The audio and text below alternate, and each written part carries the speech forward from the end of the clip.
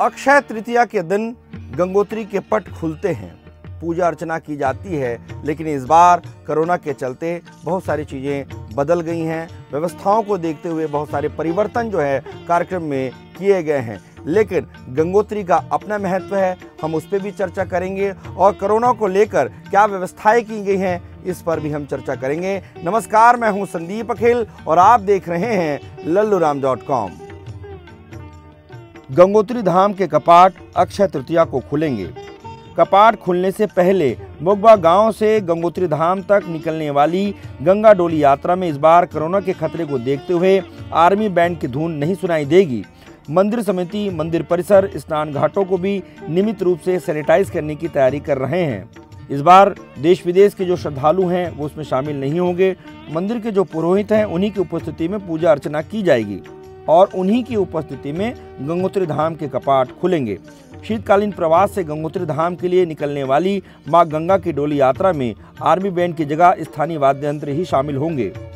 गंगोत्री धाम के कपाट खुलने से एक दिन पहले यानी 25 अप्रैल को 12:30 बजे मां गंगा के शीतकालीन प्रवास मुखी मठ मुखुआ से गंगा की डोली यात्रा गंगोत्री धाम के लिए रवाना होगी। रात्रि विश्राम भैरव मंदिर में करने के बाद 26 अप्रैल को सुबह गंगा डोली गंगोत्री धाम पहुंचेगी। गंगोत्री गंगा नदी का उद्गम स्थल है एवं उत्तराखंड के 4 धाम तीर्थ यात्रा में 4 स्थानों में से एक है। नदी के स्रोत को भागीरथी कहा जाता है और देवप्रयाग के बाद से यह अलकनंदा में मिलती है, जहां गंगा नाम कहलाती है। पवित्र नदी का उद्गम गोमुख पर है, जो कि गंगोत्री ग्लेशियर में स्थापित है। गंगा मैया का अवतरण कैसे हुआ, इसके बारे में जो कथा प्रचलित है उसके अनुसार राजा सगर बहुत ही धार्मिक वृत्ति के राजा थे। धर्म कर्म के कार्यों में उनकी प्रतिष्ठा दिन दुगनी रात चौगुनी बढ़ रही थी। देवराज इंद्र को लगने लग गया कहीं सगर स्वर्ग के सिंहासन के दावेदार न हो जाएं। उन्होंने छल कपट की नीति को कामयाब करने के लिए राजा सगर के अश्वमेघ के अश्व को चुराकर कपिल मुनि के आश्रम में बांध दिया।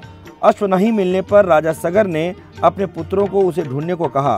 कपिल मुनि के आश्रम में अश्व बंधा देखकर उन्होंने मुनि की तपस्या को भंग कर दिया, जिससे मुनि क्रोध में आ गए। उनकी क्रोधाग्नि से सगर के 60,000 पुत्र भस्म हो गए। उसके पश्चात राजा सगर के पुत्र अंशुमान, फिर अंशुमान के पुत्र दिलीप ने ब्रह्मा की तपस्या कर गंगा को धरती पर लाने का प्रयास किया, लेकिन सफलता नहीं मिल पाई। दिलीप के पुत्र भागीरथ हुए, जो काफी कठिनाइयों के बाद गंगा को धरती में लाने में कामयाब हुए।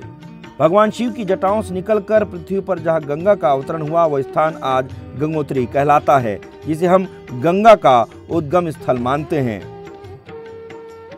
अगर आपको हमारा वीडियो अच्छा लगा फेसबुक पेज पर लाइक करें और यूट्यूब पर सब्सक्राइब करें।